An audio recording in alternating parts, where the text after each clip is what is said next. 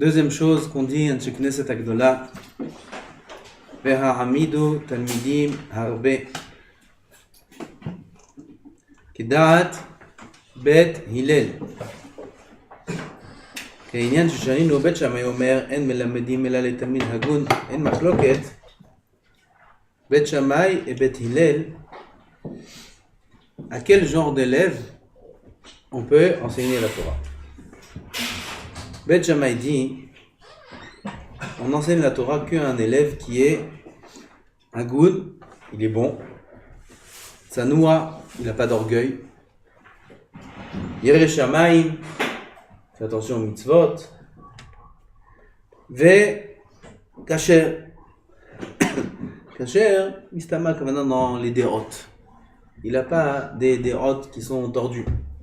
S'il a toutes ces conditions, tu peux l'accepter à la yeshiva.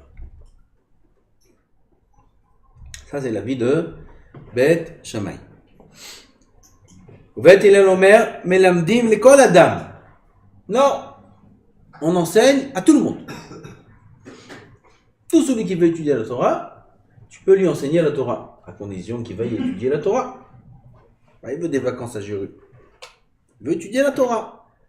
À partir du moment où tu vois qu'il est sincère, il veut étudier la Torah, peu importe qui il est, qu'est-ce qu'il est, etc. Tu le prends, tu l'acceptes, tu lui enseignes la Torah. Pourquoi? Mais si tu as 100 élèves, ou Asara Tovim, parmi ces 100, 10, ils vont sortir, bon, 10% de réussite. Au bac, en France, ils ne te prennent pas à l'école. Okay? Ils veulent 100% de réussite. Sinon, ils ne prennent pas la chod. Les élèves ils viennent, quelle école t'étais? Alors en première j'étais là, en seconde j'étais là, en terminale j'étais là, et à la fin j'ai pas eu le bac. Ok? Beth Hillel c'est pas comme ça. Si on a 10% de réussite, ça vaut la peine. Fais une yeshiva sans élèves pour que 10 y sortent bien. Jusqu'à qu'un élève il sort bien. Oh Rabotai, combien de tfilotes il faut que le Rosh Yeshiva ait pris pour qu'un élève il sorte bien. Un seul. Si il fait 10 ans, 20 ans d'Yeshiva, et il sort un Talmid Chacham, ça valait la peine. Un vrai élève Talmid Chacham, ça valait la peine. Beth Hillel Omrim, מלמדים לכל אדם ששוזות על הליgne. Asara bishvil shimatseo shenaim, prend 10 élèves pour qu'ils en sortent, combien? 2 pourcentage de réussite, 20%. Il y a un problème. Si tu prends 100, il en sort 10. Si tu en prends 10, il en sort 2. Pourquoi? Il devrait en sortir 1. 10%, 10%. Réponse, si tu en prends 10, il y a plus de chances qu'il en sorte. Combien en plus? Le double. Tu doubles la mise. Si tu prends 100, 10%. Si tu prends 10, 20% de réussite. Pourquoi? Moins il y a d'élèves, et plus on peut investir dans l'élève. Ben si on y disait, une classe, l'idéal, c'est combien d'élèves? 5 élèves. L'idéal, 5. Plus que 5, c'est difficile de bien former les élèves. Chez Naïm, et sinon, si tu as le droit que à 2 élèves, eh ben prends 2 élèves. Combien il va sortir? Un quart? Comment tu vas faire 2 élèves? Combien il va sortir de 2 élèves? Il va sortir un des 2. Combien de réussite? 50%. 50% de réussite. Si tu as 2 élèves, au moins 1 sur 2 il va sortir. Peut-être les 2. Les fiches enchem yodim. Eze ichshar haze hose. Veim shenehem kahat tovim. Peut-être les 2 ils vont sortir bien. Peut-être 100% de réussite.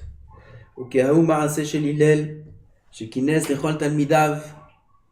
Une fois, Hillel Azaken, il a réuni tous ses élèves. Amar lahem, talmidei yeshnan kulam. Est-ce que tous mes élèves sont présents? Il a fait l'appel. Il ne fait pas nom par nom. Il demande, il y a tout le monde? Amar lohel. Il me dit oui, tout le monde est là. Amar lo echad mitalmidav, kulam ba'u chutz mikatan shebahem. Non, Vodarav, personne n'a fait attention qu'il manquait le petit. Le petit débutant, le nouveau, il n'est pas là. Personne n'a fait attention parce qu'ils ont répondu tous oui. Que tout le monde est là. Amar lahem, yavo tokatan. On ne commence pas le cours tant que ce petit-là n'est pas arrivé. Que toute la génération elle va être dirigée par ce petit-là. Qui c'était? Ban Yochanan ben Zakkai. Ban Yochanan ben Zakkai, le plus petit des élèves de Hillel, il est devenu le Gdol Hador. Il est... Non. Il est qui est naketanim nidhim ipene hagedolim, tu vois? On ne peut pas dire celui-là il est mieux, celui-là il est moins bien, celui-là. Je sais pas, il faut investir dans tout le monde. Peut-être, il va sortir Gdol Hador. Ki hagdaim yasu tayashim, le gdi. Gdi? Comment on dit gdi? L'agneau, je crois. L'agneau, il va devenir taïch. Un bélier. Un agneau, il devient un bélier. Hein? Comment c'est? Bon, bref, on a compris l'idée. בעניין זה דרשו רבותינו זיכרונם לברכה בבוקר זרע את זרעך ולערב ותנח ידיך. Un homme, il faut qu'il ne s'arrête pas d'avoir des élèves et des élèves. C'est tout ce qu'il disait Rabbi Ben Zion. Rabbi Ben Zion, il disait un Talmid Chacham, il doit penser à deux choses dans sa vie. L'ilmod ou les lamed. Apprendre et enseigner. C'est tout ce qu'on doit avoir dans la tête. Ni avoir un poste, ni rien. Il faut rien avoir dans la tête. Il faut avoir dans la tête que l'imoud à Torah. C'est tout ce qu'il faut avoir dans la tête. Sachakol, 70 ans, on a de vie.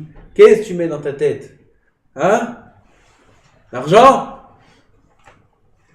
L'argent, on met dans sa tête? Ouais, kesef, là, il se barre kesef. Regarde Misken. Il y en a un, il a eu plein d'argent. Plein d'argent. Milliardaire. Trump. Trompette. Okay? Milliardaire. Et maintenant, il est devenu l'homme numéro 1 du monde. Numéro 1 au monde, il est devenu. Je veux dire, déjà, sans ça, il était archi-milliardaire. Il fallait le voir comment il criait pendant les élections, comment il avait peur de ne pas être élu. Tout le monde disait, s'il n'est pas élu, il va faire la guerre, celui-là. Pourquoi? C'est un mahboul. Mahboul. Ils sont fous, ces Américains. Ils ont élu un mahboul. Je ne sais pas si vous êtes au courant un peu. Vous savez, il y a un nouveau président aux États-Unis. Bon, Hachem, personne ne sait. Il y a un nouveau président. L'homme le plus mahboul sur Terre.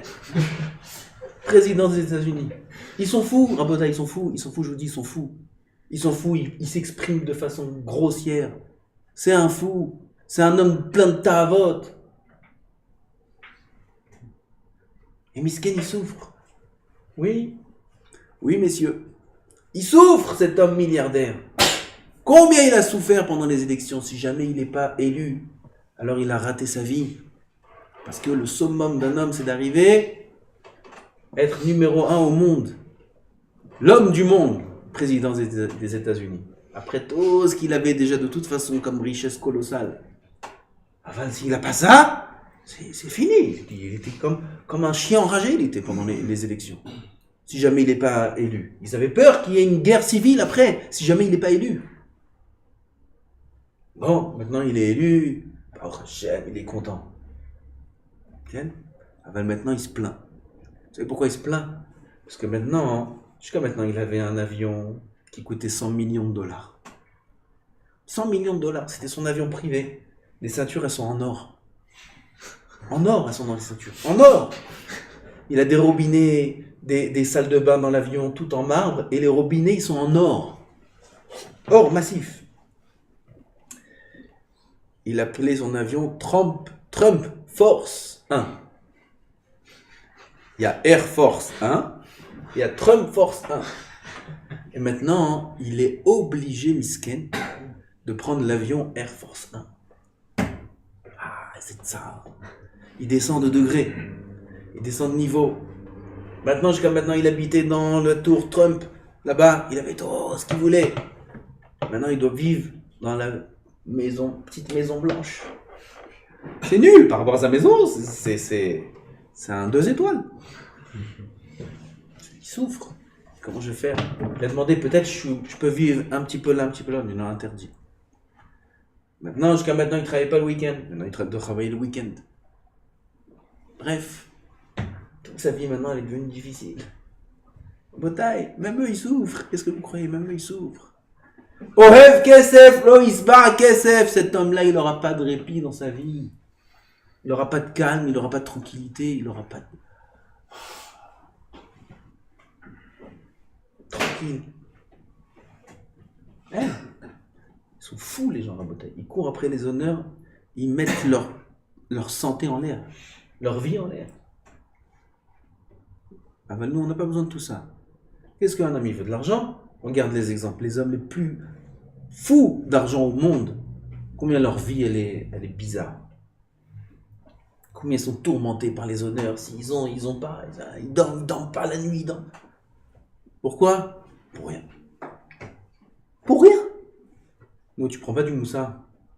Tu vois pas que les gens qui sont arrivés au plus haut des sommets des montagnes, ils sont encore une vie tourmentée. Ils sont encore pas rassasiés. Tu vois pas qu'ils sont pas rassasiés. Tu vois pas qu'ils sont pas tranquilles. Et ils cherchent encore, et encore, et encore. Il y a des manifestations contre lui. Il vient, il dit, pourquoi vous me manifestez? Pourquoi? Mais voilà, je veux la mairie. Il est cher. Sken. On lui touche son kavod.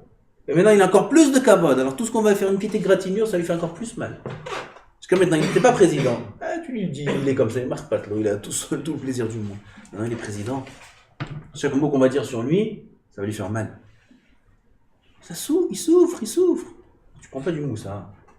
Jusqu'à où l'argent? Qu'est-ce que tu veux faire avec ton argent? Qu'est-ce que tu veux? Tu vois pas que les gens, avec leur argent, ils souffrent. Nous, on doit être tranquille.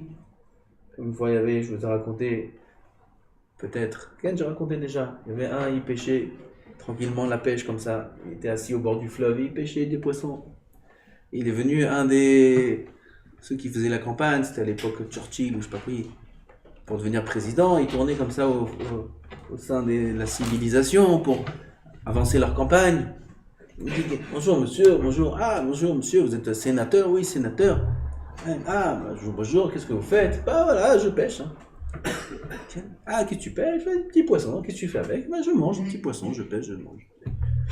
Et combien tu pêches par jour? 10 poissons. Combien tu manges? Bah 10. Et pourquoi tu fais ça? Qu'est-ce que tu veux que je fasse? Bah, prends 5. Et tu les vends. 5 tu manges, 5 tu vends. Ah, j'ai pas pensé à vendre.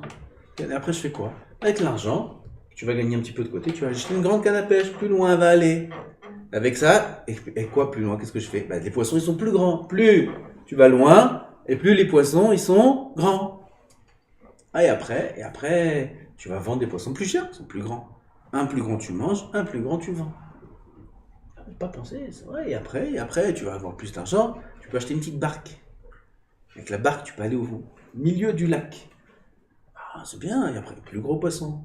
Et après, tu peux acheter un filet. Avec le filet, tu peux avoir plein de poissons en même temps. Génial, ça, comme idée. Et après, Bazat Hashem, tu peux faire un petit magasin de vente des poissons, propre pêche, des poissons, et après une usine, après tu peux faire du thon, tu peux faire du saumon fumé, saumon zé. Après tu peux avoir plusieurs usines, ouvrir des affaires, après tu peux acheter des immeubles, après, t'es tranquille. Et il dit, c'est ce que je fais maintenant. Ah, je suis tranquille. Je suis bon. Pêche tranquille, maintenant, c'est bien. C'est pas shoot. Plus tu as de l'argent, plus tu as des soucis, plus tu as des biens, plus tu as des soucis. Moins, plus tu es petit, plus tu es tranquille. Il faut juste pas avoir de jalousie. Parce que la jalousie, elle ronge l'homme. En fait, si un homme, il est bien comme il n'a pas de jalousie, pourquoi chercher plus? Bonne chose. On peut être très heureux comme on est. Zahren, qu'est-ce que nous, Baruch Hashem, qu'on a reçu la Torah, Shivdilanu minat goïm, minat toïm. On est voir tous les jours chez l'or à Sanigoy, quelle route qu'on n'est pas dans toutes ces ch'touillottes là. Aïe, Hashem, Ishmael, si on n'était pas juif. Si on n'était pas juif, on aurait cherché les honneurs et l'argent. Baruch Hashem, il nous a donné la Torah. On a un autre but. Rien à voir avec tous les goïms, rien à voir. On a un but simple. Passer ce Olam Hazé. Le Kadesh, et Shem Hashem Barolam, faire ses mitzvot, l'amlir Oto Barolam, et passer ce Olam Hazé tranquillement. C'est quoi notre travail à nous en tant que Yehudim? L'ilmod, velelamed. C'est tout. Étudier la Torah, enseigner la Torah. C'est ça notre travail. Regarde Hillel, regarde Shammai, regarde tous les tzadikim de toutes les générations. Maasu, j'aime tout Torah. Ils ont passé ce Olam Hazé tranquillement.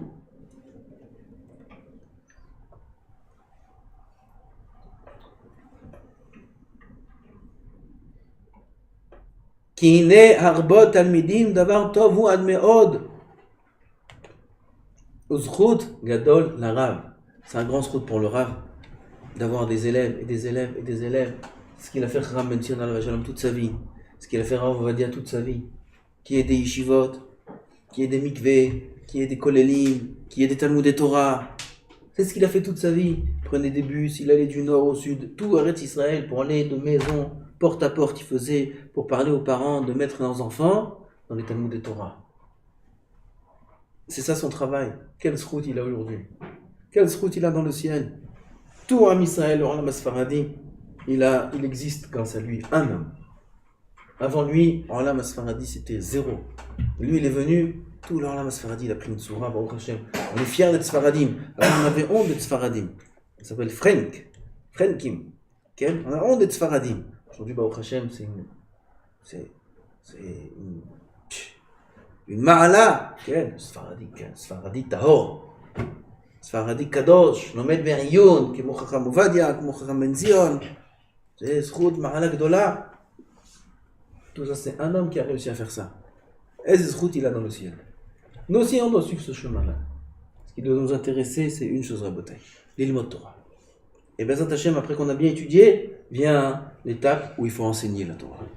Bezat Hashem. Kadosh Baruch Hu yitzakenu, l'ilmod וללמד, לשמור ולעשות, עד ביאת המשיח. אמן. ערבית.